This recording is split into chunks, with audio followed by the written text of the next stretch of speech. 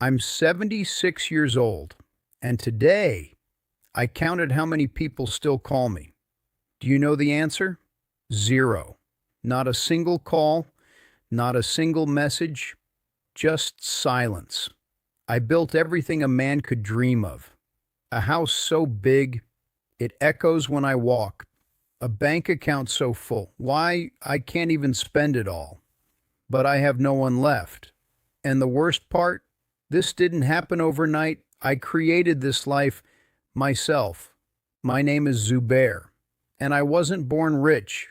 I was born into struggle. Our house, if you could even call it that, had cracks in the walls. Rain would drip inside during storms. I remember one winter night. I was 9 years old. The cold was unbearable. I asked my mother, "Why don't we turn on the heater?" She smiled and said, "It's not that cold, sweetheart." But I saw her hands. They were shaking. We didn't have money for heat.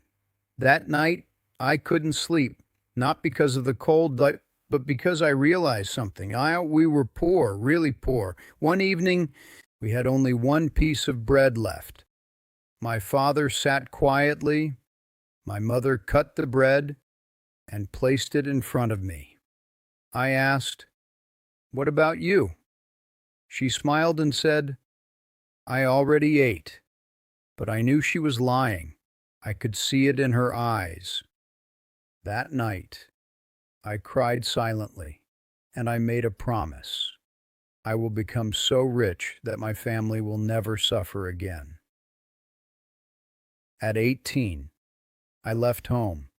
No goodbye party, no support, just my mother's hug and her words. "Don't forget who you are." I wish I had listened. I worked like a man possessed. Construction sites, dirty warehouses, night shifts, sometimes. I worked 20 hours straight. No sleep, no rest, just work. People used to say, "Robert, slow down, you'll burn out." But I couldn't stop because I wasn't chasing money. I was running away from fear. Years passed, and finally, something changed. My first business succeeded. I still remember the moment. I checked my bank account, and for the first time, there was more money than I needed. I should have been happy, but I wasn't, because now I wanted more. That's when I met her. She was different. She didn't care about money. She cared about moments. She would laugh at small things, enjoy simple dinners. She taught me how to smile again. One day, she asked me, "Robert, what makes you happy?" I didn't know how to answer, because happiness was never my goal. We got married, and for a short time, life felt perfect. But slowly, my old habits returned. Work always came first. She would say, "Can we have dinner together tonight?" And I would reply, "I'm busy." Again and again and again, until she stopped asking. We had children, beautiful, innocent, full of life. But I missed everything. First steps, first words, school plays, all missed. One day, my son asked me, "Dad, are you coming to my game?" I said, "I'll try." I didn't go. Later that night, I saw his face.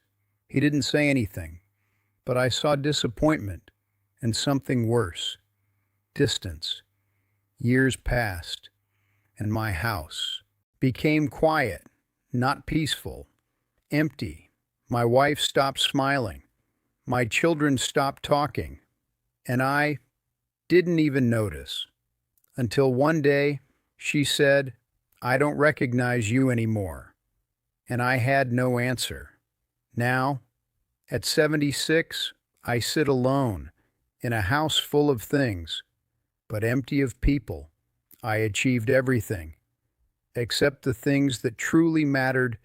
If you're watching this, don't make my mistake. Money will come and go, but time never comes back.